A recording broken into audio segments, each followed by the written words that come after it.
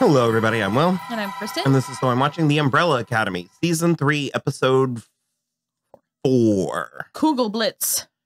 That was fun. I like that word. Yeah, it's like he said it was like a black hole, but like a... he said he's called it something. Like an even more black hole. But he, like extra spicy or like zesty or something, but it was a different word. It was pretty funny. I am not loving this. I'm very frustrated because I remember loving the first 2 seasons. As someone who watched the first 2 seasons 3 days ago, I concur. This is not it for me. I don't understand. So I'm interested in Harlan. Sure, yes. I'm interested in the commission plot. I'm interested in Diego, and I was interested in Stan. I guess I still am. I have to believe we're heading somewhere. We have to see how this plays out because I'm about to be done with the show if that sticks. It was so stupid, and that's so my biggest issue is I'm finding this contrived. Yeah. What has happened? The Umbrella Academy is at a disadvantage. When they traveled back into what they deem the present, they essentially have entered a new world because of the actions of their dabbling in the past. Yeah. Very typical, very standard time travel stuff. And the reveal that we've gotten thus far is fascinating because it seems that it's whatever happened with Harlan. That we opened this episode with a montage of the House of the Rising Sun. It was a really great cover. Well, at the beginning, it was the real song. The real song. Yeah. The original song. Yeah. All They're both songs are real songs. And then there was like kind of a remix at the end. And I was like, oh, this rocks. And I got out like with a W, rocks. And I got out Shazam to because he rocked. to tag it. And it was Jeremy Renner. I'm not mad about Jeremy Renner anymore. Are we still mad about Jeremy Renner? Well, I liked Hawkeye, but I never said I was sorry. That one's bad. Like I said, it was the bourbon soaked cherry. Yeah. On top of a very weird Sunday week. Yeah. In the life. So anyways, it was Harlan and Sissy on their like odyssey trying to find a place to live. Well, because Harlan, a single mother and with Harlan kept fucking stuff now up. magic child that he couldn't seem to control, which I get. Like it was very fool me 7 times, shame on me. But at a certain point, I was like, come on, Harlan. Yeah, I don't know. But so Sissy died presumably of lung cancer. Wasn't she smoking? It seemed like it. She was coughing, and then she. No, but wasn't she smoking last season? Yeah, I mean, it was the 60s. But I kind of like that little nod. I really liked Sissy, and seeing her even for the brief montage in this episode really kind of warmed my heart. But, yeah, I agree. She died. And it's Maren Ireland. That's the actress. And Harlan acted out as one does, and somehow that killed the mothers of what would become the Umbrella Academy. Yeah, they weren't in the. I was thinking they were like in the hospital getting treatment for like the sudden births. And I was like, oh, fascinating. No, they didn't even get a chance to give birth. Yeah. Oh, touche. Yeah. So. Because they were all, it seems like, because when we cut to Victor's mother, she was about to jump in the pool. And in the premiere, when she jumped in the pool. No, I understand that. But when I was putting 2 and 2 together, I was like, but if they were in the hospitals, then they would be born. Right. So that's fault in my logic. But. So I really like the implication because that is what Victor, at the time Vanya did with altering history. Once again, it's all Victor's fault. But I'm just not sure, and I'm sure they'll explain it. Maybe, who knows? But how Harlan was able to find and target the... It wasn't on purpose. I think it was an accident. I think his power exploded and it found those people because they were going to give birth to these kids. That's why there's only 16. Yeah, it doesn't. Well, then that doesn't fully make sense to me. Maybe my brain just hasn't caught up to it yet. But I think some of them maybe were too far away. Yeah, I'm not fully there. I'm intrigued by it, not fully there. But regardless, so that part aside, the Umbrella Academy morphed into this house that they claim is theirs. Yeah. And the Sparrow Academy is mad about this. Rightfully so. I mean, you're allowed to be mad at strangers appearing in your house saying it's theirs. How about confused? Sure. They didn't walk in the front door. They just appeared in the house. How about And that's confused? kind of what I'm saying is, Yeah. I'm like, this world, there's a precedent for kooky shenanigans in this world. Right. Like, and none so, of your mothers were pregnant when they gave birth to you either. And then a, like, eccentric megalomaniac billionaire. None of the roughly 16 you. people immediately involved in this said, hang on a minute. Let's talk about where do you think you are? What year do you think it is? Like, so they've just entered into a death feud. And that's the thing. That's the thing, is it's like, then even continuing, no one is saying, hang on a minute. Except for kind of Victor. Victor's the only one that's like, can we just like, and everybody else is like, shut up, Victor. And I'm like, but well, they're treating it like it's the fucking Hatfields and McCoys or something. Like this is like a centuries long feud. And it's so bizarre.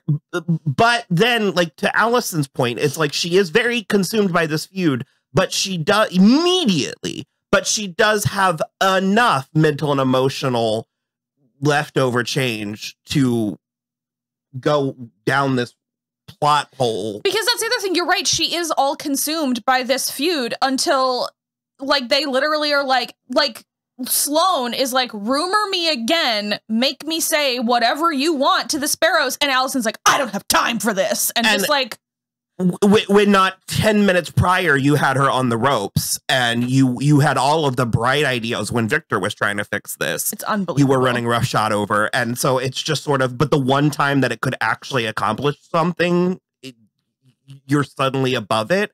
I am sick of Allison. We are not even halfway through the season. I'm so done. Weird. But on top of that, the single plot that, and I don't think you're going to agree with me, but the single plot that I was interested in, which is Allison and Diego going to pick a fight at a fucking racist bar, knowing that they have the upper hand, we don't get to see. Exactly. I kept waiting for them to cut back to it, and I was like, oh, I guess we're just I would not have going enjoyed to. that. That there is a certain catharsis. That's the thing. You're building up all this shit, and but then you're not letting me come down, and I'm like. But I really enjoyed the conversation that they were having, and she got real close because she was like, it was difficult for me in the 60s in a way it wasn't difficult for them. Yeah, which is true. But also, I'm like, Diego lumps in there as well. Because I'm gonna shout out Melon and Be Geekin on Twitter because we're going back and forth because we're both having the same issues, and also, so Diego was a brown man. And I love that we're having these conversations. And he was also institutionalized against his will. Also, it was in season 1, but no one has ever given Klaus the time of day about being in the shit in Vietnam and losing the love of his life in Vietnam. And and like 5 is trapped in this body. He's an adult man trapped in a child's body. Everyone has gone through something. I'm not trying to diminish anything. Well, fucking Luther's had a head transplant. Well, that was in the comics. No, he's like it's like a serum that like made him. In the comics, it's a head transplant. But I'm just like, I'm also not trying to diminish anything. Obviously, Dallas, Texas in the 1960s was super terrible. But I just like, you're not the only one who suffered. And in fact, you built a beautiful life for yourself. I'm just like, it's on top, everything on top of everything on top of everything. And we're meant to be caring about these things. We're like, I liked Ray too, but she's like, I left Ray just believing that Claire would be here. And I'm like, and now you know she's not, but you're not being helpful trying to find a situation, like a solution to the problem that you're in. You're just being totally an unhinged lunatic and trying to murder more people. You already killed 2 of the Sparrows, as Sloane rightfully said. And it's just like, when is enough enough? Like, when do you actually have to get down to brass tacks and be like, put aside all your own personal shit and deal with it? Like, deal with this immediate thing. And then maybe we can get to the place you need to be at. I'm so frustrated. I think she's being selfish. I think she's putting her pain above any pain and trauma the rest of them are also dealing with, which they all are. Mm-hmm. You know? And I mean, I suppose there's a precedent for her being self-centered, but I don't think there is. Yeah.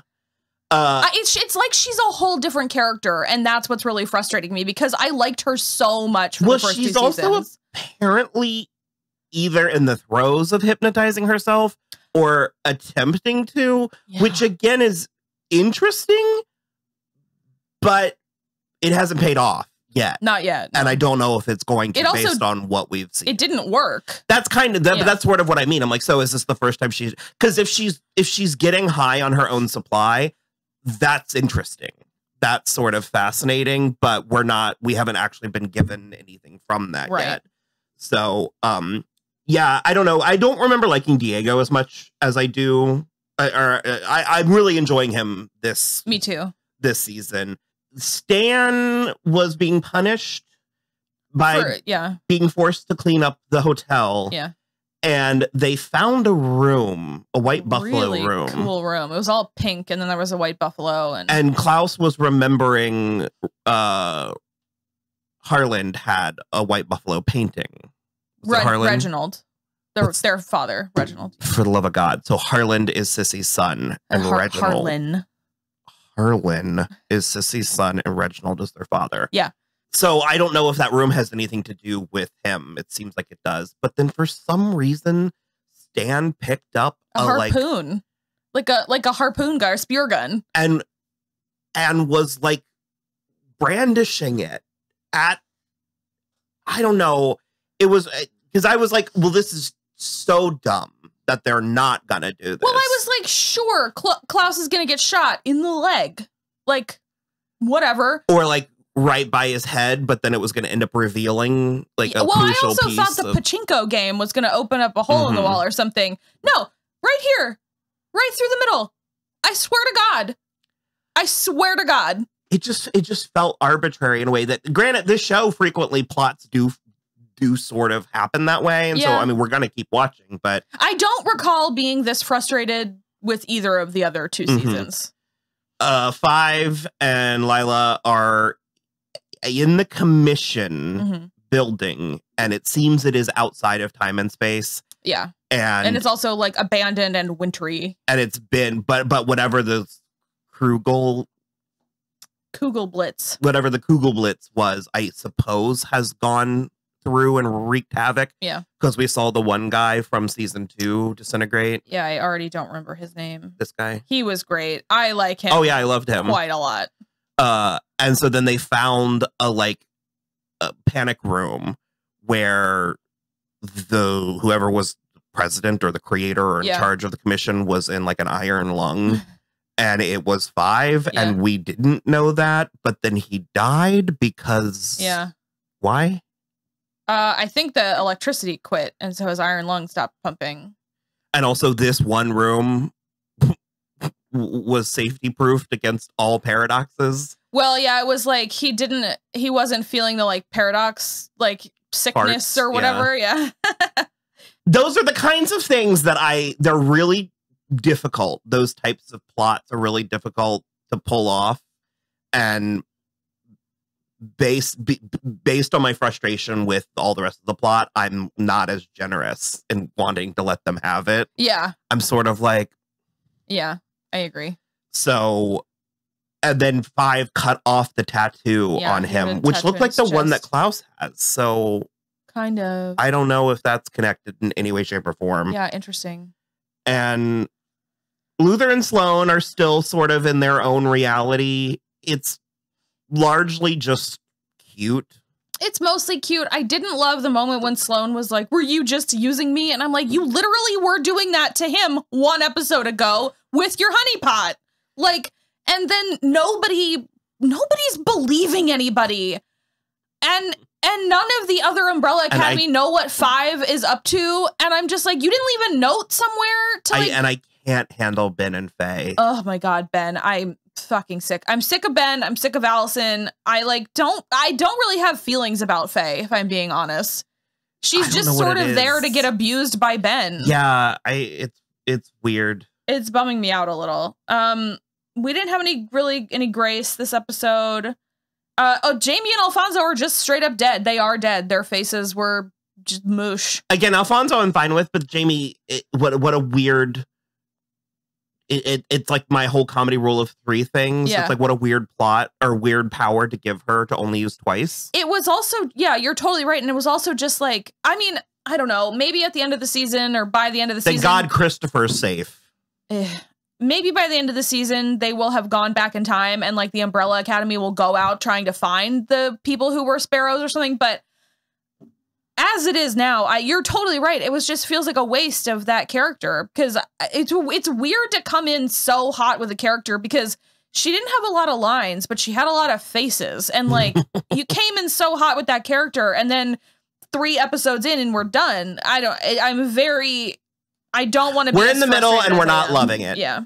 From where we stand right now, we are not loving it. We're going to keep watching. So if you are interested in following our journey, you can keep watching these videos. Yeah. If you're not, you can navigate to another video. Yeah. It's very easy to do. Super easy. So easy. On that note, we're going to go watch episode 6.